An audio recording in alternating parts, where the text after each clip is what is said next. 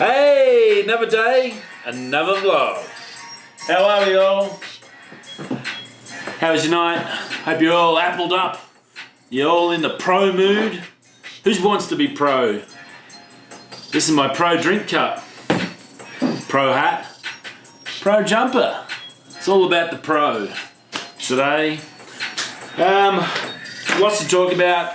Let's get the Apple out the way. Obviously, pretty sure everyone agrees it was a total disaster for Apple.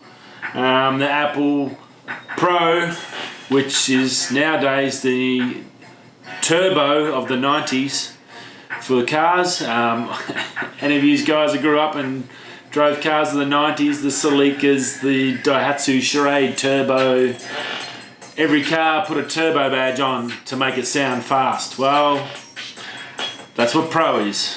I tried to think to myself, what is a Pro phone?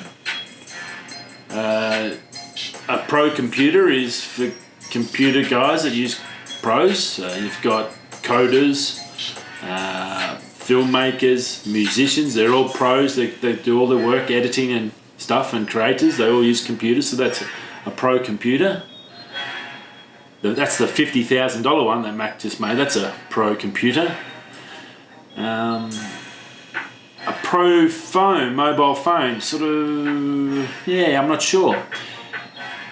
Then I thought, well, really the only professional mobile phone users, people that use their phone to make a living, are Instagram models, Twitter people, Donald Trump, he makes all his money on Twitter, and Facebook. I don't really know how you make money on Facebook. I've never really worked that one out. But they're sort of your three that I could think of off the top of my head. Maybe a call center. They're professionals with phones. Can I sell you a phone? Have you got gas? What gas company are you with? That seems to be the current one in Australia. What gas company are you with? Can we get you a gas quote? So if it is a Pro phone, does that mean it's only meant for Pro users? So Apple wants 90% of the population who aren't Pro users, or aren't Instagram models, Twitter, getting money out of Twitter, Instagram or Facebook, or call centers. So that mean you only made the 11 for us, the one with the 2 cameras that no one wanted. Yeah, I think Apple did a smart thing this year by going to the 11 and getting rid of the stupid X and stuff from my 10, the iPhone 10. I call it a 10. Some people call it X. In the last 6 or 7 years, their names for their phones and their gear is just gone stupid. Can I make a suggestion, Apple? Next year, no matter what it is, just call it 12. It's a phone. It's an iPhone. We all know. Everyone knows it's an iPhone. You don't have to tell anyone. You can put the Apple symbol on it. You don't have to put a name on it. We know it's an iPhone.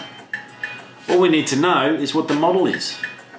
11, 12, 13, 14, 15. And the best thing is you don't have to worry about trademarks because it's a number. You can't trademark it. Everyone can use it. So it's going to be cheap for you. It's a no-brainer. Absolute no-brainer. You go 12, 13, and you don't need a Max. As everyone said, there's been multiple people saying the Max sounds like something. It sounded like a laxative to me. Pro Max. You don't need that either. It's just an iPhone. When someone comes in to buy it, ask your staff, and I guarantee you, most normal people are just going to say, can I have the big one or the small one? I want one of the new iPhone 11 thingies. Okay, yeah, what size do you want? Do the Pro Max or the Pro? Or the 11? Just give me what's the small one? Yeah, give me the small one, mate. Just keep it simple. If someone wants the Max, they'll come in and go, yeah, I want the Max or the large one. Can I have the large one, please? Yeah. So it'll be an iPhone 12 next year. And don't give anything else, just iPhone 12, and it comes in 3 different sizes. How's that? And the customer can choose what size. But just get rid of that. If you're going to bring it out, as I understand you've got different ranges for different people, but yeah. So the Pro is now the new Turbo. And that was clearly evident, and I think you'll find the worst iteration of that was the Taycan, the Porsche just released. They put a turbo on an electric car. It doesn't even have a turbo. And the mobile phone is sure as crap not a professional tool. Maybe for an Instagram or Twitter. No offense, guys, you do well. You make cash. Good on yous. Totally support yous. Wish I could do the same. But they're the only ones that could probably realistically call themselves professional mobile phone users. Kids are, but they don't get paid for it. They all become Xbox and Fortnite gurus. And good luck to them too. Why wouldn't you? So the Pro has to go. Doesn't work. Those days are over. Apple, get smart. Go back, do some research, look at how many cars had were called turbo in the 90s. And you'll realise it's a bad move. You don't need a Pro moniker. It's not Pro. Oh, and the other thing, the iPad. Looking at specs, and there's a couple of people shouted out about the specs, the Max team. The iPad 10.2, larger than last year's model, and didn't they sell that well? I didn't notice it, my apologies, but it is every spec, every other spec, including the A10 chip, which apparently was a dud in last year's iPad, are exactly the same. Pixels, everything. So when they say it's got so many pixels and it's so much 2.5 times brighter than a laptop, yeah it is, but last year's iPad is. So you can go buy last year's iPad for 50 to 100 bucks cheaper and get exactly the same thing and only get a tiny smaller screen. That's the only difference. Go from 9.7 to 10.2, so what's that? 0.6 of an inch, half an inch difference. That's the only difference. So yeah, that was pretty upset about that. That was a bit average. Okay, so that was Apple. Pewdiepie. It happened last week. 100 million subscribers. First individual on the planet to hit 100 million subscribers. Pretty amazing. Congratulations to you, mate. That's no matter what. To get that is insane. Watched last night. He had got his thing from YouTube, his plaque, which is pretty cool, really cool. You can go and check it online. Talked a bit about how he started out, and it was like really, really cool. Like I think his first year he had 4 or 5 subscribers, which sort of for us little guys that do bits and pieces, and I've got just over 100, 124, and I'm absolutely rapt about that. And I think he, by his second year, he had like 100 or something, and he was stoked when he hit 100, and I was absolutely rapt that the 100 subscribers that follow me, and I appreciate all of it. I couldn't believe I got to that. So, and you know, he just kept going, and he quit one day, and then a week later he started back up because he couldn't stop himself from just making stuff and playing games and that, and he just kept going, and it just finally clicked, and he got it worked out what to do, and it all happened. So it's just hard work and I guess sacrifice, and just keep going, push harder. And so it's good to see, and it's like a good reminder that in anything in life, if you really want it and you're passionate about it, just keep doing it, and it'll either happen or not. But if you're passionate about it, like I am, I don't expect to ever do anything, but I just enjoy it. It's just a nice hobby for me, something to do, and something I can spend some time with my son. And I've got these videos with him in it. You've seen my little lad Jack in a few of my videos, and I watch them myself, and I reckon it's awesome because I'm at work, I don't get to see him for 2 weeks, so I can sit down and watch him and these little mannerisms and all that. It puts a smile on my face, and if it does the same for you, watching me make a buffoon out of myself, that's even better. If I can make you smile, well then my job's done. That's gold. So yeah, congratulations to Pew. I've got his cup. in honour of him.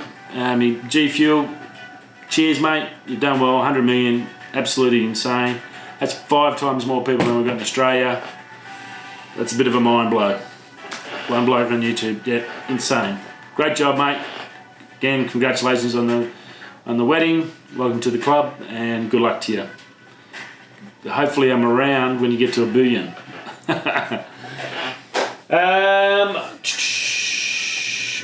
Trumpy baby. Had his North Carolina rally for all the troops, or for the election. On the plane, on the way there, at a press conference on Air Force One. Again, he's predicting the weather, and predicted that they're all standing outside waiting to get inside to this rally. Sold out. It's all sold out.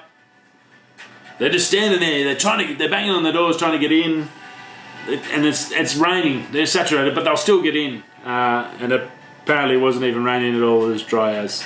So yeah, he's definitely got to stay away from being a weatherman. He might have a chance at the Cash Cow on Channel 7. That's a ridiculously crap show. I think he'd do well on there. I think they could put him in it might be a good spot for him to hide after this election when he gets thumped. The Cash Cow, yeah, I think you do that. Giving away money, he's good at that. He's good with money. He's a businessman. He might not be able to upsell that Cash Cow. Think of some ideas. Maybe able to push it up to 100,000. And then also, while he's at the rally, he threatened another term. Probably for those who don't know, in America you can do 2 terms, I believe, and then that's it. So I think Obama did 2 terms and then was out. You've got to go after that, which is sort of a good thing. That's 8 years of one person, so it's just about a decade, I guess. And I think after like your second, so you're 8 years, and then you've got to do the election, so that I think that sort of carries over. So there's a little bit of a thing. So it's close to 10 years, I guess. And by the time you get out of it and do your stuff, get your feet back on the ground, that'd probably be like your 10 years of your life you've given up for your country. So that's not a bad thing. Australia, I think you can pretty much, the Prime Minister, if you're good enough, you can pretty much go forever. Howard had 3 terms, maybe 4. I'm not 100% sure. I think Hawkey had like 2 or 3. But yeah, so like he's threatened that. I'm not sure that would take a change of law for that to happen. I can't see that happening, but anything's possible. But yeah, he's already talking about it. He's talked about it a few times, but he did bring it back up again yesterday. Rightio, now on to a little bit of car stuff. Excuse me. The new Defender's out. Land Rover Defender. It's a icon of the four-wheel drive off-road industry. A very old school, very British car, now made in Slovakia, funnily enough. But you have to make these adjustments to keep things going sometimes. That really square, solid steel, the Army Defender, that's the one where it's come from. It's come out, it looks new, it's got some frosted glass, it's got nice glass on the roof, it's still got that square front, the square tail on the end with your spare on the back. It's got those Defender little flavours to it, but inside was like really different. It's just gone mega tech, and I think that's where they might get a little bit of trouble.